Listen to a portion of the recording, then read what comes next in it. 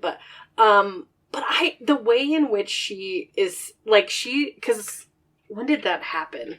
When did she get arrested? It was while they were filming season 2, right? Yes. It was earlier this year. Right. Or earlier in 2021. Right, but I feel like I've watched some episodes that, like, in the show happen after she gets arrested, and that it, like, are we painting her as a sympathetic character here? Like, I understand that, like, again, she's been charged but not, convicted yet, but it's like, the nature of the allegations against her, like, she's defrauding, like, old people. And then there's an episode where her mom cashes in her retirement accounts to help with her legal defense. With, poignant emotional music behind it, I'm sure. But I'm like, at what point are we just, like, rubber stamping, like, she's okay, even though she did this stuff? I don't know. Like, that's where it gets wild for me, is that, like, that line between good television, making money, and, like, is this the right thing to be doing? But I do, I'm glad that they made the right choice, I think, on letting the other two go. Yeah. I almost said Jen, but what was her? Jenny, yeah. Oh, Jen and Jenny. She's the Jenny one whose husband wanted to have multiple wives. Yeah. So that he could have more babies. I didn't meet her, but I was on set at one of the local news stations with work, and she was there, and she was, like, being interviewed, and she was talking about, like, her multiple miscarriages and all of that, and her struggle with fertility. So that was interesting. My little brush with fame.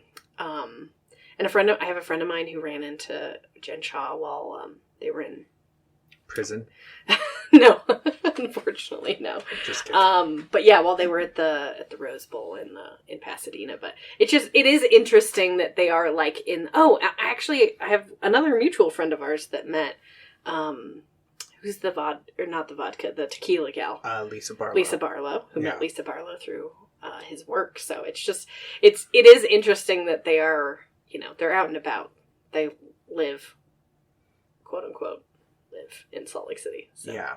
I've never seen one, but I am hoping to. Keeping my eyes peeled. I wanna see a housewife out and about. Yeah, we gotta keep an ear to the ground for when they're gonna be at these restaurants. That's the other thing I don't quite understand. So, like, there's a couple local restaurants that I know of that they filmed at, and I think they, like, shut it down, quote unquote, in a way. But I also wonder, like, so do they bring in outside people to, like, be other guests in the restaurant? Do they fully shut it down? Is it, like, a partial shutdown? I would love to be, like, I don't know if you and I can be in the shot, because we might be distracting. Because I don't know if we can. I don't know if I could keep it together and, like, not look at the camera and, like, just have a conversation.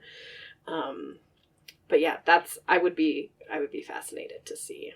I could probably fake a conversation with you for a while in shot. Wouldn't be the first time. I've been masking my psychopathy for years. Yeah. If there's any producers out there who need seat fillers at a housewife event, we're your people. Yeah. And they probably need to be big seats. Yeah, but they need more fat representation on that show. Yeah, they really do. We can be that representation for you. We're local. We're non-union at the moment. So I gave up my SAG-AFTRA card. After all these years. Well, Kelsey, this has been a delight. It has. We really delved into a lot here. I feel like we covered a lot of territory. A lot. Follow us on our social media. We're on Instagram. At Unopinionatedpod. And we're on Twitter. And we'll see you next week. See you then.